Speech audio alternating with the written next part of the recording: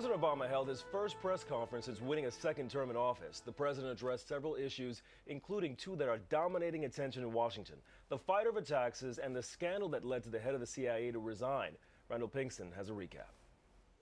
President Obama is calling on Congress to extend tax cuts for middle-class Americans and let them expire for those making more than $250,000 a year. What I'm not going to do is to extend further a tax cut for folks who don't need it, which would cost close to $1 trillion.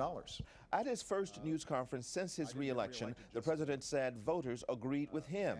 Republicans say raising taxes is not the answer. Additional revenue should be tied to the only thing that will save the country in the long run, and that is reforming entitlements. Both parties support immigration reform, and the president said that will be a top priority in his second term. So we need to seize the moment. The president also faced questions about the scandal involving former CIA Director David Petraeus. He admitted an extramarital affair and resigned. And my main hope right now is that he and his family are able to move on. President Obama will have to replace Petraeus at the CIA and choose a handful of new cabinet members, including a new Secretary of State. Republicans have been highly critical of one possible choice, UN Ambassador Susan Rice, because of interviews she gave after the attacks on the consulate in Benghazi, Libya. If Senator McCain and Senator Graham and others want to go after somebody, they should go after me. The president said if he thinks Rice is the best person for the job, he will nominate her. Randall Pinkston, CBS News. Congressional leaders from both parties are invited to the White House tomorrow to begin talks on avoiding the fiscal cliff. Now, joining us from Washington, D.C. is Caroline Horn, CBS News Senior Producer for Politics. Good morning, Caroline. Good morning. Now, we just heard the president tell critics of how the attacks were handled in Benghazi that they should go after him and not Susan Rice. Now, how did that defiant statement go over with those critics? Well, the two main critics are two Republican senators who are highly respected for their foreign policy credentials, Senators Lindsey Graham and John McCain. Both responded after the president's press conference and said, of course, they know that the buck stops with the president and that he's the commander-in-chief.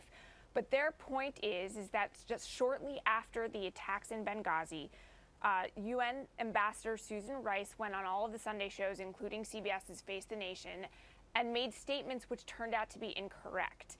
And in a statement after the president's press conference, Senator Graham said he's not willing to promote anybody who was a part of the Benghazi debacle. And if the president does nominate Ambassador Rice, could we see a fight?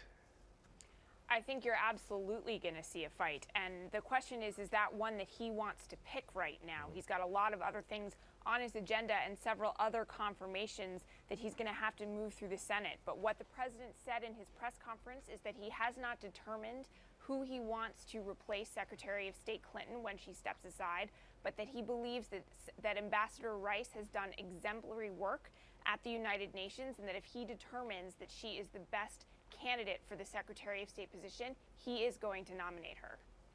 Now, this was also the first time the president directly answered questions regarding the scandal investigation revolving around the former head of the CIA, David Petraeus, and General John Allen. Did the president show any concern over whether national security may have been jeopardized? He was asked directly if national security had been jeopardized by this scandal, and he said that as far as he knows at this point, based on the information that he has been given, he is not aware that any classified information was compromised because of this scandal. He was also asked if it was appropriate that he only found out about this late last week, and he said on the flip side, if he had been told earlier, that people would have said he was meddling in an FBI investigation. Now, there are a lot of people who are saying that they should have known about this sooner, in particular some politicians who are up in arms right now about the way it was handled. Now, what did they say about that? I think you're seeing several senators and representatives on Capitol Hill, specifically from the Intelligence Committee, say, why weren't we briefed on this? Why did we only find out when he finally had to step aside? If this investigation has been going on for at least several months. And that's one of the things that you've seen in some of these closed-door briefings that have been happening up on Capitol Hill this week have been asked. It's going to be something that we'll see continuing to develop. And finally, if you could touch on this, the fiscal cliff was also one of the topics that the president discussed. Did he say that the U.S. can't afford any tax cuts for the rich?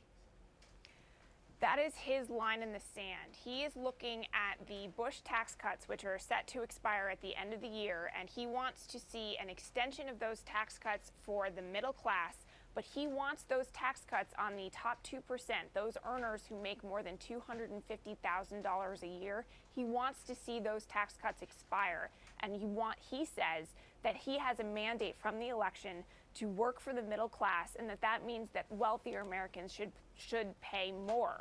Speaker of the House John Boehner doesn't buy it, and he does not want to see tax cuts raised on anybody. And you'll see tomorrow on Friday at the White House, congressional leaders, including Speaker Boehner and President Obama, come together for their first meeting to start negotiations on fiscal cliff solutions. It'll be a closely watched meeting. Thank you very much, Caroline Horn, CBS News Senior Producer for Politics. Thank you.